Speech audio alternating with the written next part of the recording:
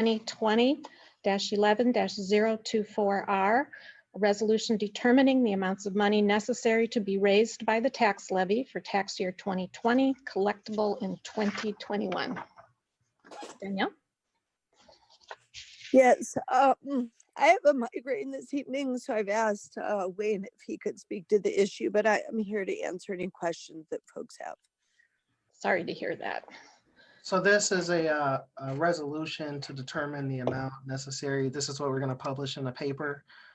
This is required by the Truth in Taxation law that we determine how much we need to levy for property taxes and publish it in the paper. This levy, while it seems to be a large increase, it reflects the tax increase that was recently passed by the voters of Cunningham Township in this past election, as well as in the case that the Carl and OSF properties come on the books, additional money is levied, so we can capture that. Any questions for Wayne? Mary Alice. So I think in the past, what we've done is we've had two different ones on listed. One, if the Carl properties come back on the tax rolls, and one if they don't. How is it indicated here if the Carl properties don't come back on? Well, we haven't done that in a township tax levy. Maybe you have in the city, but not in the township. And it's important to note that as a home rule municipality, the city is actually not tax capped like the township is. So that's maybe why you did that for the city. So in layman's terms, we're talking about the estimate of $2.3 million to be levied for the tax year.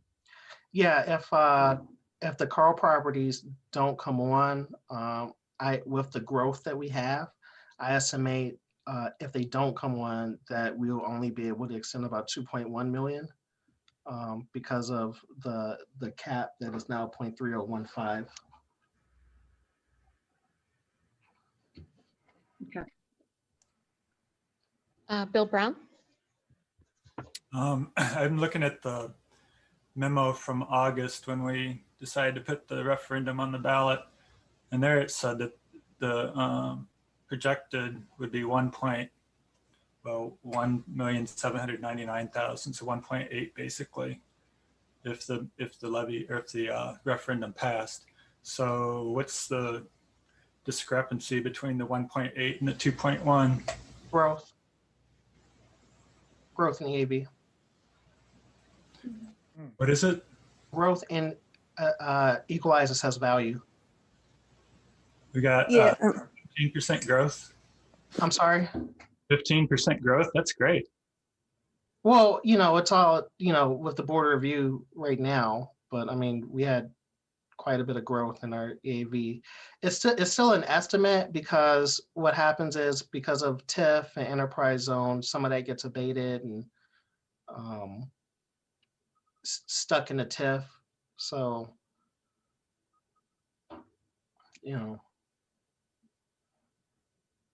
I mean, we won't be able to levy over the rate that is set by the referendum. Yeah.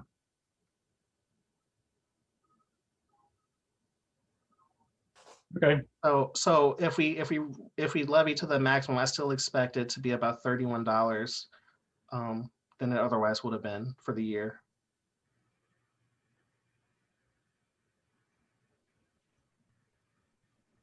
For a $100,000 home. Any more questions? Yeah, I would. Dennis? So what you're saying is basically you're going to levy for the larger amount possible with the expectation that there might be reductions. Yes, that's our standard process each year. So as you'll see with Public Health Department, we recently put forward a levy that assumed the highest level to capture both growth and Carl, and then essentially we're capped by the clerk's office during the extension process. And so last year, we extended a levy that was higher than we anticipated. Just in case Carl came back on the tax rolls, and also to capture all of the anticipated growth.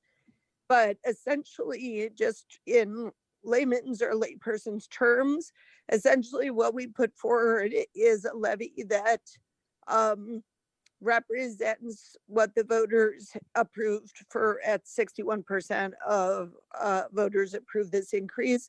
And then, I mean, frankly, we could put an enormous number on this tax levy and we will basically automatically be capped. So it kind of doesn't, it matters only if we put a number forward that is too small, but it actually doesn't matter if we put a number forward that's too large, because it's a mathematical formula that will determine our tax levy for next year. Yeah, I mean, you can set it at 50 million. We're not going to get it. You know, it'll be capped. There's a taxing district, and I'm sorry, and I'll get you the name later this week, but there's a taxing district that routinely levies $1 million and only is able to extend 50,000 because of tax caps. Yeah. Well, of course, we appreciate the fact that the voters support the township's projects and have allowed them, the township and the board, to collect a little bit more for those services to benefit the community. Yeah, we are super appreciative of the voters of Urbana. And we really appreciate the confidence that the board and the voters put in our work. And frankly, you know, we're going to have a lot of work to do in 2021 and 2022. I feel like the worst is yet to come in terms of what we're going to experience. And we are really trying to prepare ourselves organizationally in terms of our facilities and our staff and our infrastructure to really take on, you know, what we expect to be some difficult times ahead. And that difficult times it's gonna feel different for different people. So for example, we just had a coat and hat drive where we had 200 coats and 100 pairs of mittens on Sunday. And we were supposed to have that drive available for 2 hours outside the co-op. And we didn't do a call through with our participants. We just didn't have capacity. And all of the materials, all of the coats and mittens were gone in the first 45 minutes. And we had almost 20 families show up without, we didn't have anything left for them. So I feel like we're in this time where people are going to experience the pandemic and its kind of ripple effect economically in very different ways. And we're really trying to prepare Urbana. We appreciate that the haves of Urbana have basically spoken and said, yes, you can have $30 of my income, or $60 as it may be, or 65 additional dollars. And we want to make sure that our neighbors are taken care of. So we are preparing to, make sure that happens. Absolutely. Any other questions on the tax levy? And then we'll need a motion to get the item on the floor. Okay. Does anyone like to provide a motion? I'll make the motion. Okay. I'll move resolution number T 2020-11-024R, a resolution determining the amounts of money necessary to be raised by the tax levy for the year 2020 to be collectible in 2021 be approved. I'll second that then. Moved by Jared, seconded by Dennis. Is there further discussion? Bill Brown. Yeah, I was a little surprised by the margin on the vote. I think close to 70% of the people in my ward supported the tax increase. But I've lived in Urbana for 25 years, and before that, I lived in Champaign for about 15 years. And I know there's perceived differences between the cities, but the people I knew in Champaign really weren't that much different from the people in Urbana. So I'm a little confused why Champaign's tax for their township is only 4 cents and ours is going to be 30 cents. I think if the people of Champaign were given the opportunity, they would probably be as likely to support an increase to help fill in the gaps and provide more of a safety net for the homeless population and the people that that don't have access to the resources they need. So, you know, maybe I hope that this vote in Urbana will help show the people in Champaign that if they ask for the money, maybe they could get it. I completely agree with you, Bill. And I was hopeful that Champaign would put a referendum on the ballot as well. I tried to pursue this jointly between both supervisors. We worked very closely together. Andy was very supportive of a levy increase because frankly, Champaign, because they, you know, essentially voted years ago to eliminate their township levy and then were sued under a class action law or a group lawsuit, or it was Land of Lincoln sued pretty much all the townships in the area except for Cunningham Township. They had to restore that levy. Champaign has voted down once a referendum. It was a number of years ago to increase the levy for township. But I do think that the situation is different. And frankly, I think they would have been able to pass it this year. And I would encourage you all to talk to your colleagues across Wright Street, because it was the city council members who felt that it was not the right time. And I think it's unfortunate. And I think some additional advocacy and work is needed. And I do think a future vote could be favorable. And that township really needs additional dollars. So I totally agree with you. It's just we're not in control of Champaign. But I just want to second your thoughts, Bill. Any other comments? Okay. All right. Sharice, are you able to, can you unmute and let's test your microphone? Sharice is having video problems.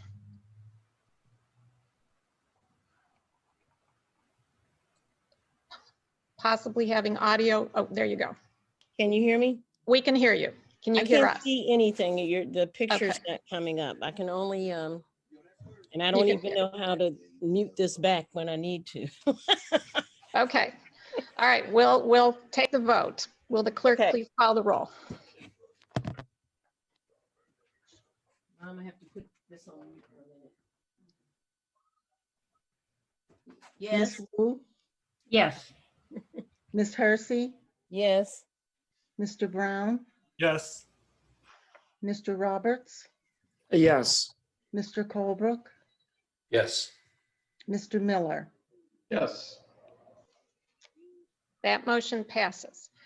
The other item on the agenda is a closed session. And I will need a motion and a second, and we'll vote to go into closed session. And this is to discuss the purchase or lease of real estate pursuant to Section 5 ILCS 120/2C5, or to discuss pending or imminent litigation pursuant to Section 5 ILCS 120/2C11. So I'll entertain a motion. This is Fred. I want to say something here. Yes. For the motion to have a closed session to discuss imminent litigation, you need to have a finding by the board that there is litigation that's probable or imminent. You can just add that to the motion. Then in the closed session, you need to show on the record the reason that litigation is probable, and Wayne can explain that in the meeting, the reason he's asked for the closed meeting, and that would go in the minutes of the closed session. So you can just add the board making a finding that there is probable litigation. Okay. Thank you. Do we have a motion? I'll make that motion. Dennis? I'll second. Made by Dennis to discuss pending, probable, or imminent litigation. And by Mary Alice, seconded it. All right, will the clerk please call the roll? Ms. Wu, Yes. Ms. Hersey, Yes. Mr. Brown, Yes. Mr. Roberts, Yes. Mr. Colebrook, Yes. Mr. Miller. Yes. That motion passes. So you'll need to leave this Zoom meeting completely, and you should have an email in your inbox. The subject is closed session, and the link for the closed session meeting will be there. Before you go, was that motion including the lease of real estate? I didn't hear if there was a vote on that or if it was all combined into one motion. It was combined in one motion as the mayor read it originally. Oh, okay, thank you. Okay. So we will leave this Zoom meeting. Okay.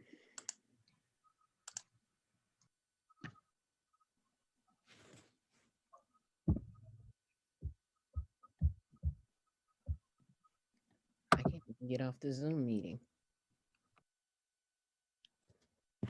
Okay, this really sucks. Because I want to like get this over with. Leave the fucking meeting.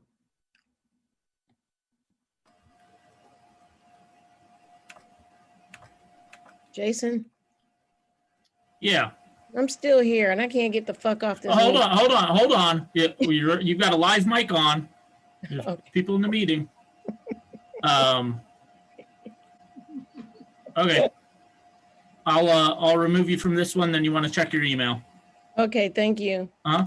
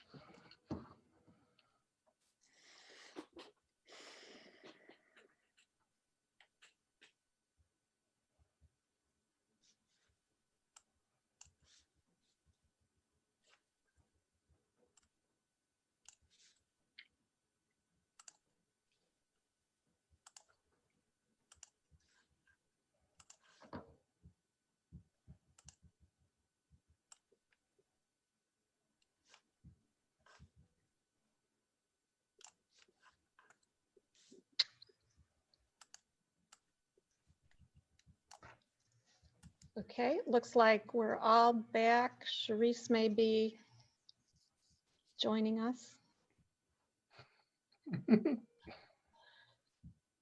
Yeah, the connection there's not good. We are back in open session and there's no further business before this meeting. So I'll take a motion for, we need a vote to come out of closed session. Bill, would you like to make that motion? Yeah, I move to return to open session. Okay, second? Second.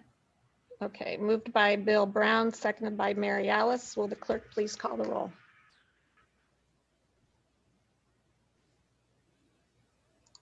Ms. Wu, Yes.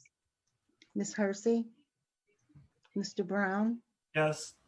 Mr. Roberts, Yes. Mr. Colebrook, Yes. Mr. Miller. Yes. That motion passes. So we're out of closed session and with no further business before the town board, this meeting is adjourned. And we will resume in the city council meeting. Thank you very much.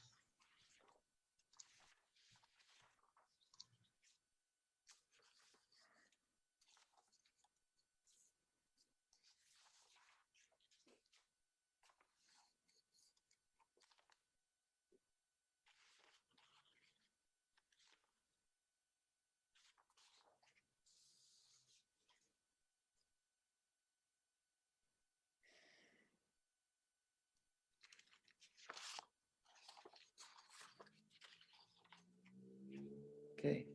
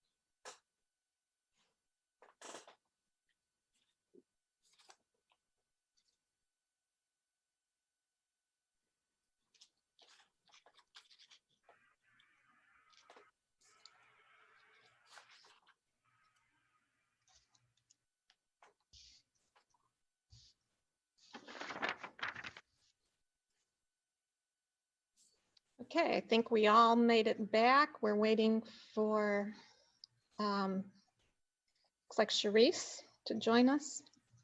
We'll give her a minute.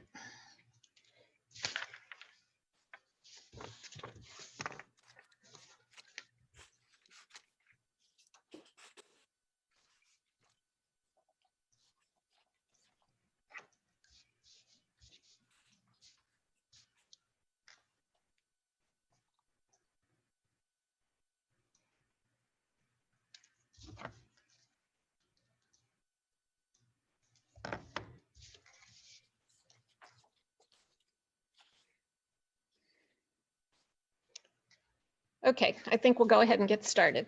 So I would like to call this meeting of the Urbana City Council to order. It's Monday, November 23rd, 2020. Will the clerk please call the roll?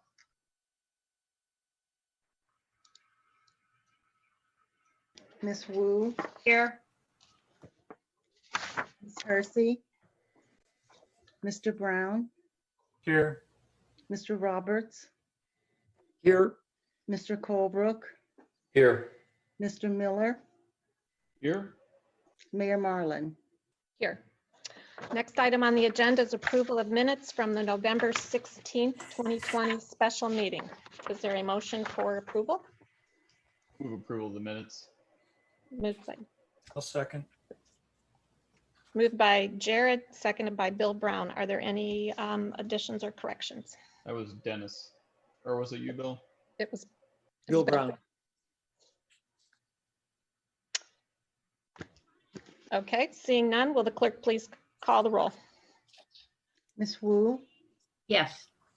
Ms. Hersey, Mr. Brown, Yes. Mr. Roberts, Yes. Mr. Colebrook, Yes. Mr. Miller. Yes. That motion passes. Are there any additions to the agenda? Doesn't look like it. And let the record show that Sharice Hersey has joined the meeting. Next item on the agenda is public input. I'll like to read the instructions for public input. The rules for public input are listed on each agenda for city-sponsored public meetings. Members of the public may join meetings as either a Zoom webinar or a telephone participant to make verbal input. This is a time for council members to listen to the public. Discussion, debate, or commentary won't take place during this period. Public comments are limited to 4 minutes per person. Public input will total no more than 1 hour unless shortened or extended by majority vote of the members present. The meeting chair has the option of giving priority to speakers who wish to comment on specific agenda items on which a vote will be taken. A person may speak once during the meeting, may not cede time to another person. We ask that you address your comments to the public body as a whole, maintain respect for the process, respect for members of the council, city staff, and general public. The meeting chair or member of the public body has the authority to call a speaker out of order for using abusive, harassing, threatening, defamatory remarks.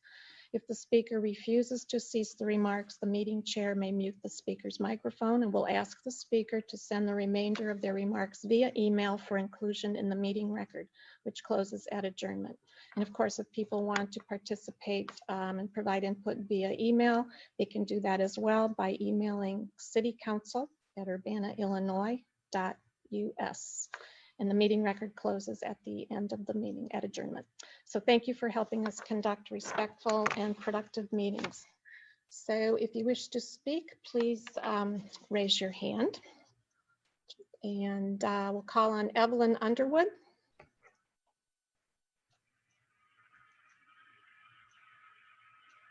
Can you hear me? Yes, we can, Dr. Underwood. Yes. You know, I hadn't planned to speak. I thought I had put my hands down, but I am gonna go ahead and reiterate what I talked about last week, the stops. And I think you all got that information from me. And I have talked to other people that did not get an opportunity to speak last week and who said that some of them sent emails to you, but many of the people that I spoke with, as I forestated, they are agreeing with me about the first step, the chief material that he submitted. However, to be more comprehensive, they feel that the city council should really take a look at, and I told them, and I think I'm correct, that Mr. Doral Cruz did send the information to the city council. Is that true? I mean, I know it's true, he wouldn't lie, but did you guys get the information that he sent, the resolution? Yes. Okay, to the city council. And I had sent materials to the people that I spoke with, and they were in agreement that it would really be more comprehensive. And it could, the chief material could be a subset of what Mr. Doral Cruz has submitted to the council. And they feel it's more comprehensive. Now, I said, well, if you didn't get to the city council, it's not like it used to be with just COVID-19. I don't know if it would be better for us to maybe get maybe 100, 200 or 300 petitions, you know, signed petitions saying that they want this. Maybe they will be better because we can't come to a meeting, and with everything that's going on with COVID-19, people are fearful of getting, you know, out. But I go door to door, you know, and get signatures from the people who feel that we should look at this, because with what I understand, people are not running for city council. We're gonna have new city council people. They're gonna have time to get up to speed on what's going on, and without that continuity, it's gonna take more time. And as I suggested last week, that we should get like a quarterly report on the chief's proposal. And if we can, I don't know if it's too late, but I don't think it is for us to take a look. Maybe we should have a study session or something on what Darrell Cruz has submitted. It's not like he's a Johnny come lately. He's been working on this for 14 years or more. I've had him on several of my radio and television programs, giving information to the people. He spoke to the Ministerial Alliance and other organizations about these stops. He's been on this for some time. And I know myself, when I was president of Ministerial Alliance, I was very involved in the task force. And I know he sent more information than probably anybody. He probably did as much work as the people who were asked to be on the task force. So this is not a Johnny come lately thing. This gentleman has worked for years on this.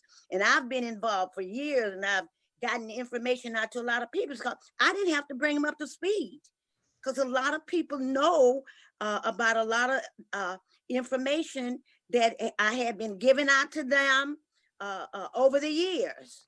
So I don't know if my time is almost up.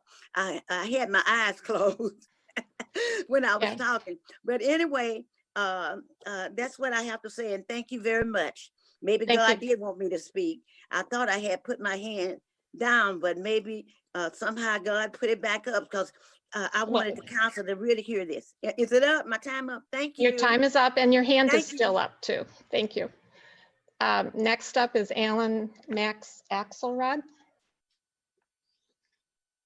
Thank you. Can you hear me? Yes. Can you put the clock up, please?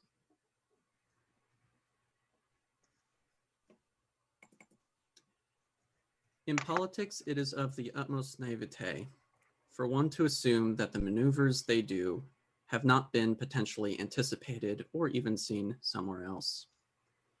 So I rhetorically ask, what reasons did the City Council of Urbana think that I had for mentioning that Bloomington City Council had moved on utility shutoffs?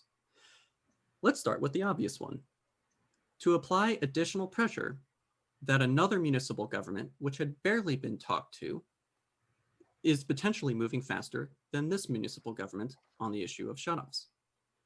I say the following with the utmost benefit of doubt for the intellect of those whom I address. If those in power prioritized data and human rights over their image, then pressure would not have been needed in the first place on the issue of utility shutoffs and so many other issues. Now let's go to the less obvious. As expected, the City of Urbana misrepresented information to the Bloomington mayor. I tested both the City of Urbana and the City of Champaign on this matter. And not only was it that the City of Urbana did this, but it was telegraphed in council comments last week to boot. From the culturally pervasive anime, Yu-Gi-Oh!, you've activated my trap card. This city council has shown that when presented with data and facts, it could either not understand them or did not want to during a pandemic, rendering the majority of this body empirically wholly unqualified for public service. We need public servants who prioritize human rights over their image. And I will now be taking a more active role in ensuring that. The City Council is not an authority on emergency powers. Not only has the city staff been the source of all the factual incorrect statements made during the No Ameren Shutoffs campaign, the city's Champaign staff have been factually correct about irrelevant details as their strategy instead, and neither have substantively addressed emergency powers. Neither of you will be the authority on this. The Champaign-Urbana Public Health District has all the facts. Their administrator has the power to act through another emergency body. And unlike the legal counsels for both Champaign and Urbana, they are actively researching on the matter for over a week. Lying to the public during a pandemic about pandemic safety options is forever a part of the image of this council. To quote the Decatur Public School System's candidate, Kevin Ryan Collins Brown, who spoke during the Decatur Federation of Teaching Assistants rally after they were retaliated against during a strike. How is your image now? Good night.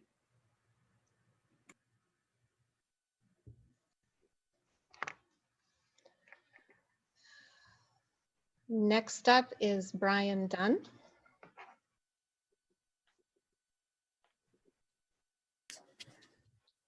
Hey, can everybody hear me? Yes.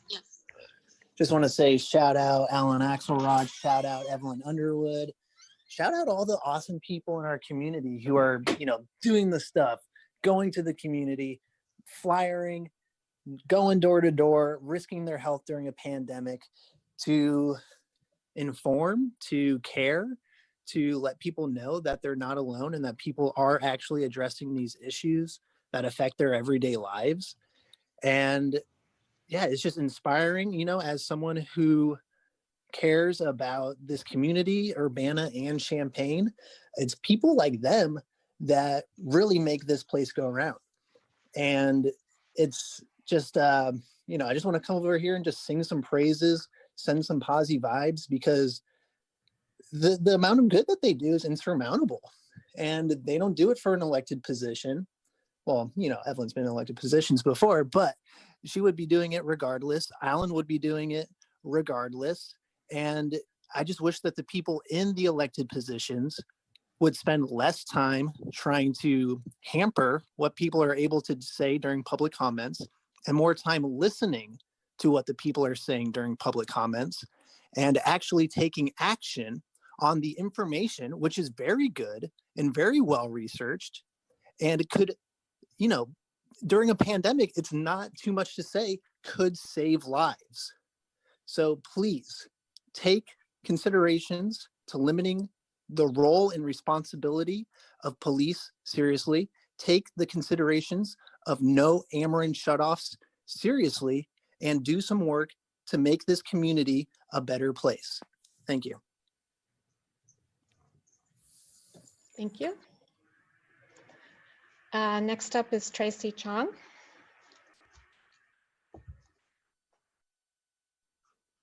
Hi, can you hear me? Yes. Okay. Hi, I'm Tracy Chong from Urbana.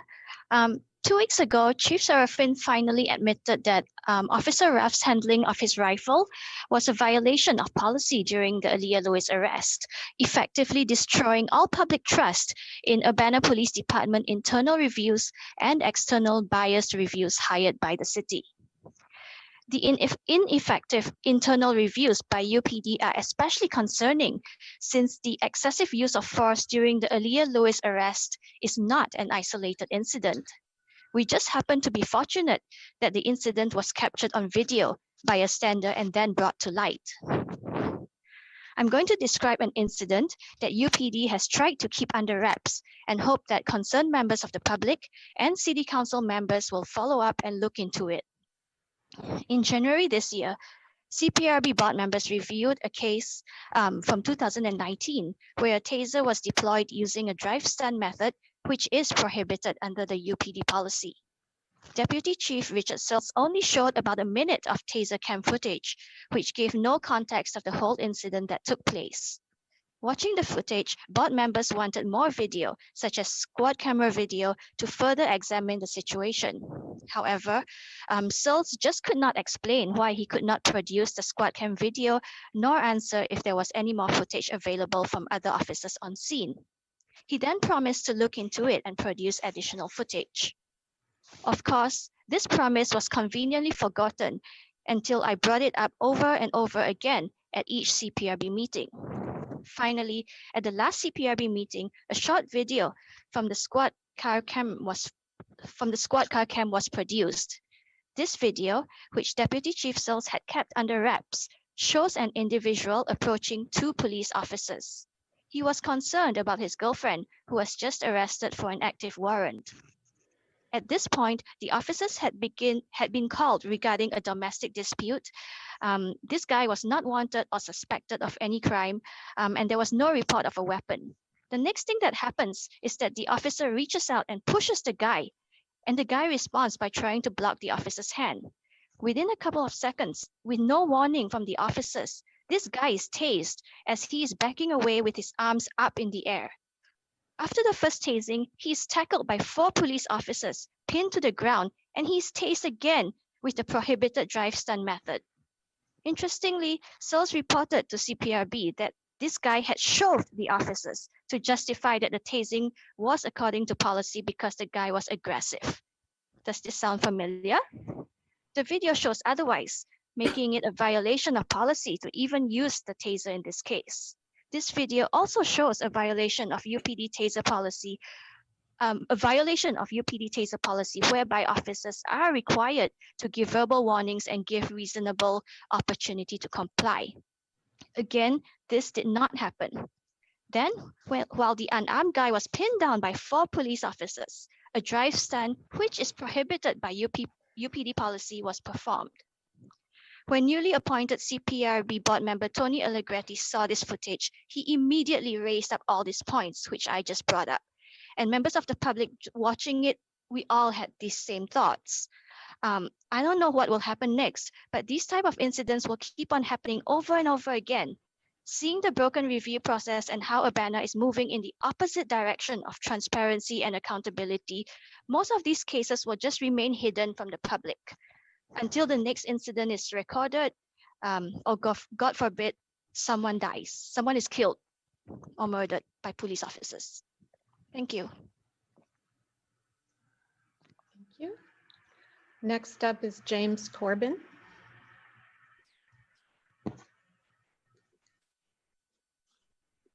Okay, thank you all. Thank you, City Council, for allowing me to speak. Yes, my name is James Corbin, and I live in Urbana. And I work with First Followers as a mentor and a drop-in center. We run a drop-in center at Outreach Specialist.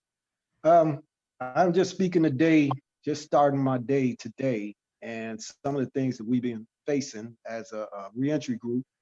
One of the things, just starting my day today, I started off at 7:00 a.m. and, got ready. And by 8:00, I was already getting phone calls from individuals within the community looking for either housing, work, or other services such as food or help with connecting with other services. Now, this has been consistent ever since we have done an outreach, a flyer outreach mailing campaign, which was very successful, and we only reached out to those individuals who have recently been released from probation. So since then, our organization has been inundated with calls coming from these individuals looking for such services as housing and emergency housing, as well as clothes, other items. Now, we have been providing a few of these things, such as backpacks, with hygiene, COVID tests, well as a 14-day quarantine stay in local hotels, a smartphone, as well as $200 cash cards so they could go shop. And that was the result of the city of Champaign providing this funds for our organization to provide these services. So, and as we are a small group or small organization, and our team works hard. We work very hard, all our guys out. But we would like to see if, or we request, maybe if Urbana could probably match these same type of services and help provide a backpack, maybe a help with the hotel, in order so that we could better serve our constituents within, Urbana and Champaign. One of the biggest issues I keep running into is housing. Now, the voucher that Champaign has offered pays 3 months. It pays up to 3 months plus the security deposit. And that's great. But finding housing in Champaign for someone who has a criminal background is still hard, or it has its issues. So housing is more available in Urbana, but we don't have that type of voucher offered for Urbana. So it would be great if we could have that service offered, or that the resource actually in Urbana as well as Champaign, and then these two cities could kind of be in tandem with each other, and we could better serve the people of both cities. That's all I would really like to say at this time. That's it. Thank you. Thank you, James. I will add that the social service funding for this year was, first followers were included in social service grants, and we'll follow up to make sure that that money has actually been released. And in the meantime, people can call 211 for assistance, especially during COVID. That's a good place to start. That's a general number, but people can, from there can determine what services are needed. But we'll follow up and make sure the social service funding grant that was approved for first followers has been released. And that was, I don't remember offhand, but it was, I believe, tens of thousands of dollars. So, but thank you. Next up is Christopher Hanson.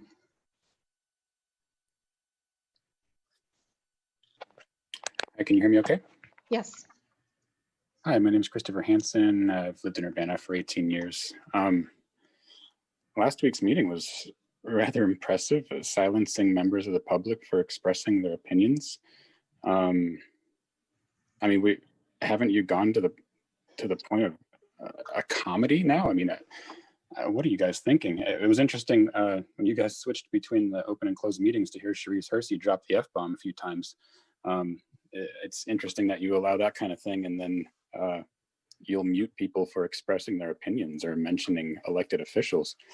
Do you guys have any concept for how far you've gone in the direction of being completely corrupt? I mean, actually shutting down public speech at open meetings. You went through this whole public records scheme where you tried to defraud the public of thousands of dollars for public records, for police records. I mean, do you have any idea where you've put yourselves? How much you've normalized corruption in Urbana? Or are you just completely unaware? So anyways, now you're facing a lawsuit for your Open Meetings Act violations, and that's going to be something you have to deal with now. And I would surely like to see any of you comment on that. And the lawsuit is posted on checkcu.org if anyone wants to read it. And also the arrest that Tracy Chong described earlier is documented also with video on checkcu.org if anyone wants to see that.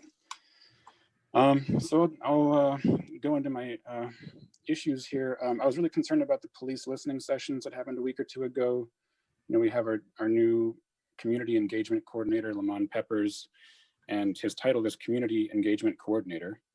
I couldn't help notice that zero youth wanted to participate in that listening session. And I wonder if it had anything to do with the really intimidating, heavy-handed rules that Mr. Peppers put forth at that listening session. And then Lamont Peppers muted someone at the second listening session for mentioning the Alea Lewis arrest review. And I'm wondering, you calling them listening sessions, it's just so absurd. Now you have to, whenever you reference those sessions, you need to do it keeping in mind that you didn't actually get to hear from the community because you told them, we don't want to hear certain things that you have to say.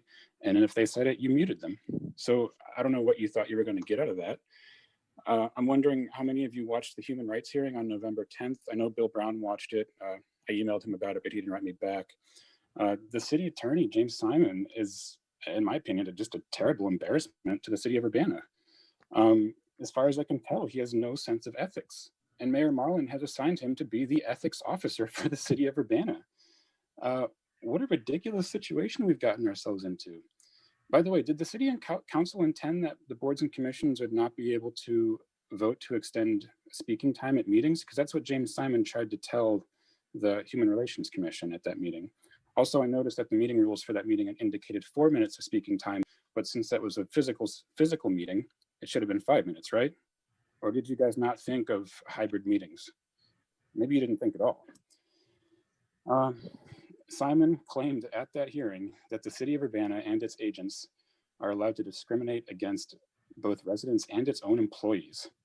And this is one of the most morally hazardous postures that I've seen anyone take in the city of Urbana. I'm flabbergasted that this person, James Simon, the city's ethics officer, is making this claim. And it's hard to think of a more ethically backwards individual to be putting in that position of human relations officer. It's just constantly lying and conspiring to commit illegal acts in regards to FOIA.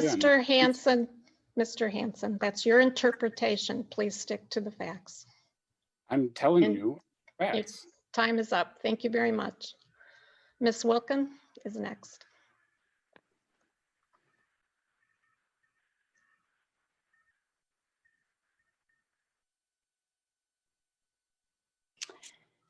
Hi, can you hear me? Yes. Whew, try and follow all of those. My name's Grace Wilkin. I'm an Urbana resident. And I have a few questions and comments for tonight. I was wondering about the one-door program, because in the police listening sessions that were not very open listening, definitely, there was mention of the one-door program and that it would be presented to council soon with some updates. So I'm just wondering what's going on with that and when we'll hear more. Another question was about the comprehensive plan and the same kind of deal. What's that status and when will there be a time for public input on both of these issues, one door and the comprehensive plan? And also when will there be a time and space for city commissions input? And I'm just wondering generally how we utilize these city commissions. I'm on one and it doesn't seem to be very connected to the council, the city. It just seems like if the city has this whole group of experts in different areas and wants to have them volunteer and be consulted, that they could be a little more utilized. So I'm just wondering how that all plays in and when the public and the commissions can have a chance for input on one door and the comprehensive plan. I think we need accountability in our city and we need more diverse input on these kinds of planning issues. We also need to address the clear racism and other issues in Urbana, big issues with homelessness. There's definitely not enough services. A lot of people are doing really great work, some within institutions and a lot on their own personal time or with nonprofits. And there's still so much more that needs to be done. Thanks for listening to James Corbin about First Followers and the essential services that they provide in the community. And yes, please do follow up on that grant and at least match Champaign's contributions. And I encourage you to continue to look into this and work towards a point where it doesn't depend on people doing it out of the goodness of the heart and sacrificing their own resources, to where this can come out of the city resources and the money and all of the resources that we already have in the city. Please address the racism in our policing, schools, criminal and justice system. I also wanted to go back to last meeting, I believe that was last week, on the reports of traffic stops and the ridiculousness that anyone would think that police can't be racist in the dark. We have a whole long history of sundown towns and racial violence after dark. Police can see drivers, they can run plates, and they can see descriptions like blue versus brown eyes. They can patrol certain neighborhoods, they can stop certain types of cars. There are so many ways to be racist after dark. So I thought that was an interesting thing that clearly doesn't make any sense. So please overall reflect on the values, the funding, and the transparency of the city, that this is not the Urbana that the community typically thinks of or that we want. We also need to address issues with utility shutoffs and general economic hardships because of COVID-19, but also just in general. And also about the tree grant that is on the agenda tonight. I think that's a great thing. Great work to Scott and the city for getting this grant. It's 50 trees, which is definitely a step, but it's definitely not the end result. So please continue to push that area and don't stop there. That's all. Bye. Thank you.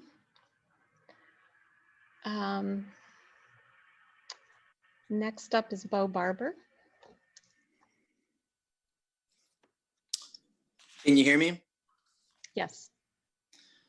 So hi, this is Beau Barber from Ville de Bogdan, Illinois. I wasn't going to comment tonight, but after learning of some recent developments in regards to what the council decided to do in regards to approaching Bloomington City Council, I'll be honest, I'm very frustrated and incredibly disappointed. I've been sending, I've sent people out to canvas or, send or post flyers places so people could know what resources to go to if they were at risk of being disconnected or they had been disconnected in the middle of a pandemic. My organizers know what they're doing. They know the risks involved. They are being as incredibly as responsible as possible. But this is still a health risk they are taking for themselves. And I commend them for that. These people care about the community and are putting their necks out for people in their community because they care. So when I hear this, that this is actions have been taken to undermine us going to Bloomington City Council, I'm frustrated. What am I supposed to do? This is, I told you this in the last city council meeting, y'all. I'm fighting a losing battle here. And luckily, through this efforts that we've been working on for months, no thanks to a lot of other people in power except for CUPHG, we've managed to push Ameren to try, and hopefully, I don't trust them still. I wouldn't trust them with my wallet. To hopefully start with that moratorium 2 weeks early, which is still a mean tested thing. It's not going to solve all our problems. It's going to help a heck of a lot, but it's not going to solve all our problems. And so to have this just happen, I mean, what do you want us to, what are we supposed to do? Do your job for you? I'm angry. I expect better out of this. You're our elected representatives. I mean, I don't know. I live outside in the rural part of this county, but if several hundred people get sick in Urbana, my family back home with my 2 + 6-year-old parents are at a higher risk because this stuff spreads like a wildfire. I care. And it's not just my family that I care about. I love them dearly and would do anything for them. But this is everybody in this community. These are all my friends who are knocking on the doors, all the organizers, all the people who are working at CUPHD, Cunningham Township to try and get this done. I'm tired of it. I don't want to do it anymore. I'll do it because I need to, but I have put the rest of my life on hold. I put my research on hold. I put my work on hold. I am falling behind in my responsibilities as a TA to make sure this gets done. So I cannot believe that y'all went behind our backs to try and dissuade Bloomington City Council and trying to just, I don't know. I'm frustrated. I hope y'all can do better, minus Jared, because Jared's the one person that I really approve of, and he listens to the people, he cares about his constituents, and he talks to us, he talks to everybody. He's making sure people are okay. Y'all need to step up to the plate. Y'all need to get this, y'all need to start doing what you need to do for your constituents. I do not care for any legal opinion that James Simons thinks he has. That's the only thing I'm going to say about any city staff. Unless he brings up the Emergency Disaster Services Agency that Alan had mentioned and cites it in anything in opposition, anything previous that is a moot point that he makes. I am done. Okay, we're gonna do this without you. We're gonna do this in spite of you. We're gonna save these people. We're gonna do what we can to try and save everybody, even if it's a failing battle here. No, because we're gonna try. So what are you gonna do? That's all I'm gonna say. Thank you. Have a good night. I'd like to address this. There seems to be a serious misunderstanding here. I can't speak for any individual council member, but no one from the city of Urbana undermined any efforts regarding utility shutoffs with the city of Bloomington. I did call the mayor of Bloomington because it was represented at one of the meetings that the Bloomington was considering an ordinance for a local ordinance to prevent utility shutoffs. The mayor told me that no, they were not, that their research had showed pretty much what our legal research had showed, that we didn't have the local authority to do so. But Mayor Renner did say that the that they were impressed with the resolution that was passed by the Urbana City Council, and he thought maybe that the Bloomington City Council would be passing a similar resolution. We have supported and worked alongside with CUPHD, with Cunningham Township, with Regional Plan Commission, with the LIHEAP folks. I've been in phone conversations with the people from Ameren, constantly regarding utility shutoffs. So I'm not sure why people would believe or would believe that anything we were doing here was to undermine your efforts statewide. We appreciate the pressure and the energy and devotion that people have put into this, and we're working with you. So there's nothing that we did from my office with the city of Bloomington to warrant the conclusions that you've come to. So at this point, I don't see any other hands raised. And I can go into more detail as far as what we have been doing the last week with related to these utility shutoffs under reports of officers. All right, we go to unfinished business. There is none. I'm going to go on to reports of standing committee. Committee of the Whole, Dennis Roberts. Sure. So coming from the Committee of the Whole, we have several resolutions and ordinances. The first being resolution number 2020-11-059R, a resolution estimating the tax levy for the fiscal year 2020 to 2021 as proposed by Elizabeth Hanna in our finance department. And for the committee, I move its approval.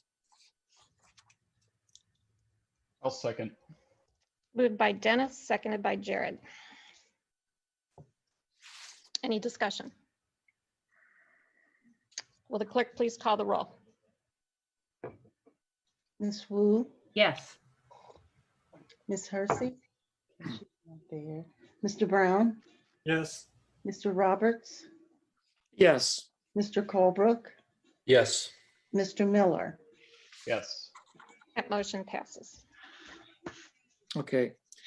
Next is resolution number 2020-11-060R, a resolution accepting a grant from the Lumpkin Family Foundation to study street trees and plant trees. This has to do with the urban forest and hot spots within the urban forest that might be mitigated by tree shade planting of trees. So for the committee, I move approval. I'll second. Any discussion? That was moved by Dennis, seconded by Mary Alice. Will the clerk please call the roll? Ms. Wu, Yes. Mr. Brown, Yes. Mr. Roberts, Yes. Mr. Colebrook, Yes. Mr. Miller. Yes. Mr. Miller, okay. Okay, that motion passes. Okay. The next is an ordinance number 2020-11-066, an ordinance approving a right-of-way license agreement with the Champaign-Urbana Mass Transit District. And the committee agreed to it, and so therefore I make a motion that we accept it with approval. I'll second it. Moved by Dennis, seconded by Bill Colebrook. Any discussion? Will the clerk please call the roll? Ms. Wu, Yes. Mr. Brown, Yes. Mr. Roberts, Yes. Mr. Colebrook, Yes. Mr. Miller. Yes. That motion passes. Next up is ordinance number 2020-11-067. Yes. So that is an ordinance amending the Urbana City Code, Chapter 3, Section 3-43, increasing the number of Class R and T-1 liquor licenses for Baldorados, Porchetta, and Sicilian Sausage, located at 300 South Broadway Avenue, Urbana. It's in Lincoln Square Mall. And that was presented by the mayor. And for the committee, I move approval. I'll second that. Moved by Dennis, seconded by Jared. Is there any discussion?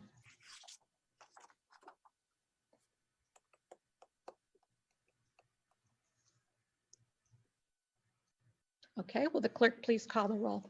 Ms. Wu, Yes. Mr. Brown, Yes. Mr. Roberts, Yes. Mr. Colebrook, Yes. Mr. Miller. Yes. That motion passes. That concludes the committee of the whole's work. Great, thank you. Reports of special committees. Okay, we have none. Reports of officers. Carol. I have a couple of things to share with you tonight. The first is just to announce that the operating hours at the Landscape Recycling Center are being curtailed a bit to help us manage some of the issues related to the COVID-19. So starting today, the operating hours at the LRC, where we're open to the public, will be 8 a.m. to 3 p.m. Monday through Friday. So we will not be open on Saturdays until spring at the earliest, and we'll reevaluate it at that time. A press release to that effect went out today. And we're very excited with the fact that we've been approved by the Illinois Department of Commerce and Economic Opportunity for the $500,000 grant that we requested that will help us fund a series of smaller grants here in Urbana called the Cures ES, the Economic Support Grants. And the details are on the website, but the little summary that I'll give is that the maximum amount of the grant for any individual business in Urbana is $20,000. And it's meant to reimburse eligible businesses for expenses that they have incurred over and above normal operating expenses to help deal with adjustments that they've made to deal with the virus. And so those would include anything like if they had installed any kind of air filtration or any kind of plexiglass divider, any sanitation, additional sanitation equipment that they had bought, tents, outdoor heaters and things like that. And so the deadline to apply, we have been communicating with our businesses that they should start collecting those receipts even before we knew we had been awarded this money. But the deadline to apply for the grant is December 11th. And like I said, the detailed information is on the website. And then I would also just let you know that the check to the Urbana Business Association that you all approved last week has been delivered. So that's all I have. Okay. Any questions for Carol? Okay. Any other staff report? I know I have one and Chief Seraphin has one. I wasn't aware of any others. Okay, I'll provide some information on a couple of topics. The first is continued information about the utility disconnection issue. Again, I appreciate the really heroic efforts of members of the public to get this issue out in front of the entire state. And as a result of, I believe, that effort to a large extent, Ameren announced they were suspending utility disconnections last week. And we followed up with a phone call with Carly Combest at Ameren. I was on the phone call along with a representative from the Champaign Neighborhood Services staff. Mayor Finan wasn't able to join.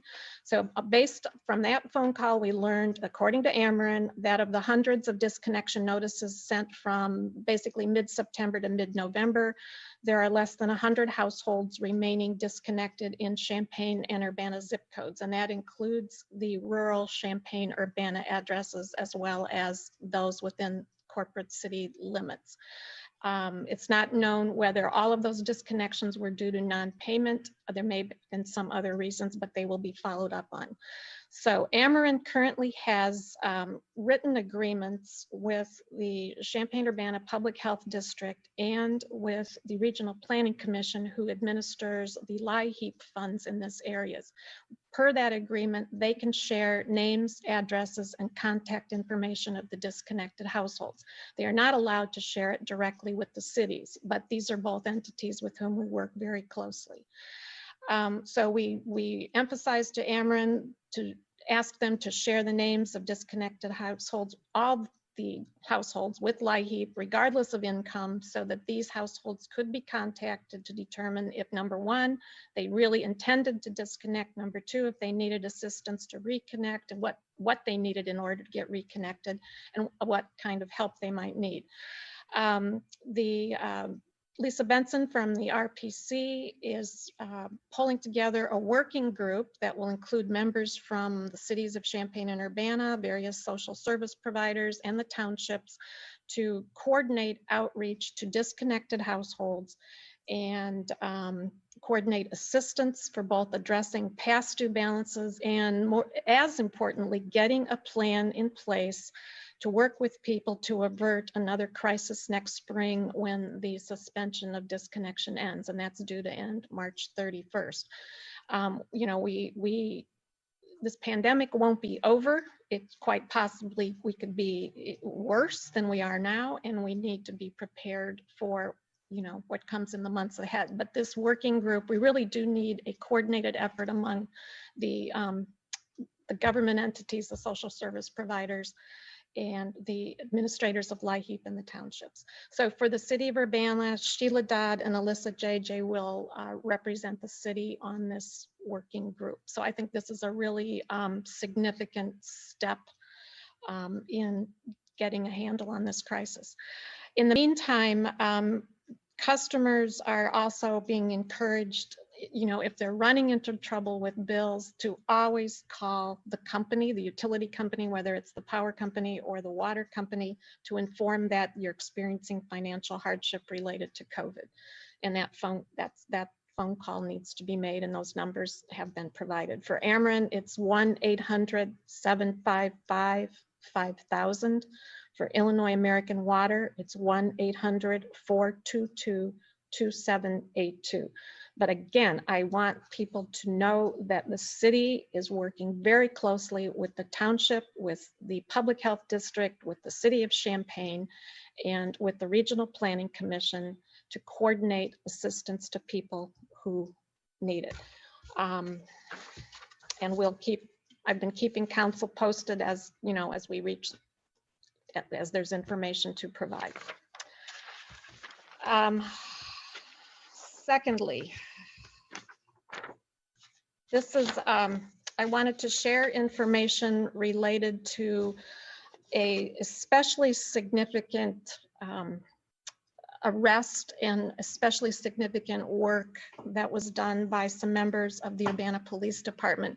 This topic may be triggering for some people, so I'm going to let you know that it's related to sex trafficking in the Champaign County. So if this is going to be upsetting to people, please step away from the computer, please mute for a couple of minutes so that you can avoid hearing. But I wanted to let you know that a man was arrested in 2018 and then recently entered pleas of guilty to sex trafficking young women in central Illinois. And this was going on from 2016 to May of 2018.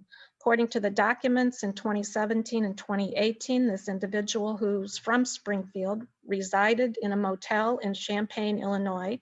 He exploited the vulnerabilities of young women, including their drug addictions and homelessness, and forced them to engage in commercial sex acts. He recruited young women from Champaign, Sangamon, Peoria counties, who often were dealing with the effects of heroin and crack cocaine addictions. He used the website Backpage which was seized by the Department of Justice in April 2018 to advertise commercial sex acts to be performed by the women he recruited. He used violence and threats of violence to force the women to engage in sex with men. To coerce women into continued sex trafficking, Stapleton supplied them with drugs and threatened to send women into withdrawal sickness by withholding drugs. The reason I'm sharing this with you is if you don't believe it can happen here, it does, and it was. The charges that were brought against him were the result of an intense effort of which several people in the Urbana Police Department were part of. It was also an investigation in coordination with U.S. Immigration and Customs Enforcement, Homeland Security, Urbana Police Department, Champaign County Sheriff's Office, the Illinois State Police Forensics Lab, Champaign Police Department with cooperation from the Champaign County State's Attorney Julia Reitz. There was a huge group of people working to bring this case to the positive end that it resulted in. And I want to recognize specifically from the Urbana Police Department, Detective Adam Marcotte, Sergeant Betsy Alfonso, Sergeant Mike Cervantes, and Sergeant Tim McNaught, who were all given an award by Homeland Security on Friday here at the city building for their work. They developed the evidence, they pursued this to the end, and were an enormous part of the successful outcome of this case. So this individual pled guilty. He is awaiting sentencing, and he faces 30 years to life in prison for his crimes. And there are at least six, I believe it's six young women who have their lives back, or at least have an opportunity. So I wanted to thank and recognize the work of these officers, and just let you know that they were specifically recognized for their efforts by federal law enforcement. That's all I have for tonight.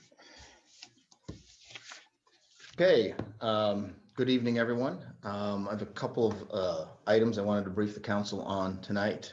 The first one is we have entered into a school resource officer billing adjustment with the school district. After some conversations earlier in September with the school district staff and some in-house review, and then the timing of an officer who actually left our agency.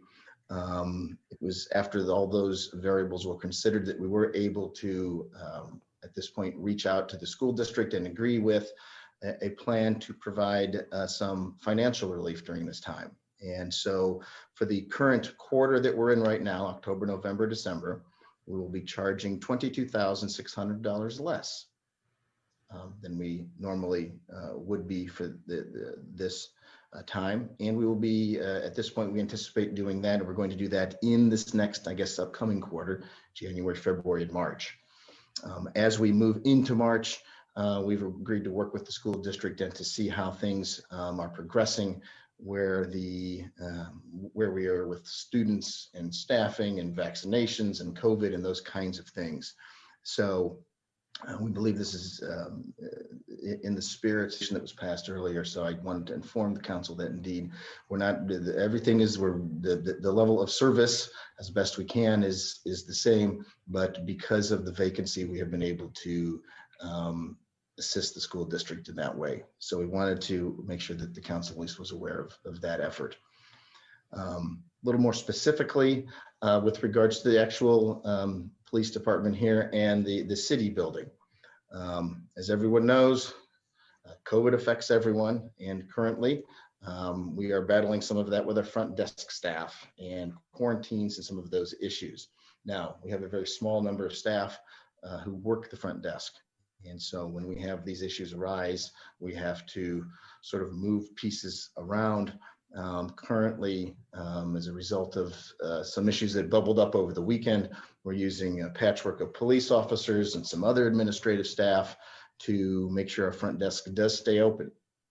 But it normally is open from 7 a.m. until 11 p.m. At least for the foreseeable future, as we try to maneuver through this, it will be 7 a.m. until 7 p.m. Now, all 3 vestibules at the city building are open, and the phones will be continued to be answered, so we can still get officers here. There's still 24/7 police, but with regards to some of our staffing at the front desk and some of our civilian support, as we work our way through some of these quarantine days, we will be working with a bare bones staff. So I just wanted the council to know that the hours indeed have been reduced. And to that, I will add, this is a reflection of the era we're in now, which is sustained community spread, and it is impacting city staff as well. So we have some positive cases. We have people quarantined in addition in every single department. So people need to understand, and we're beginning to see impact on services, impact in our ability to have timely turnaround on things, and people have to understand this is what we've been working all year to try to avoid, but it's here. So we're going to try as best we can to keep things, essential services going, and it may just take longer to do it, but we will. And we're trying to keep our city staff as well as their families and everyone in the community healthy. So we'll keep you posted on any significant changes in services and hours, but that's what we're dealing with this week. And I cannot, you know, I know I sound like a broken record, but we cannot stress it enough that we are entering and in the most dangerous phase of this pandemic because of the widespread presence of the virus in the community.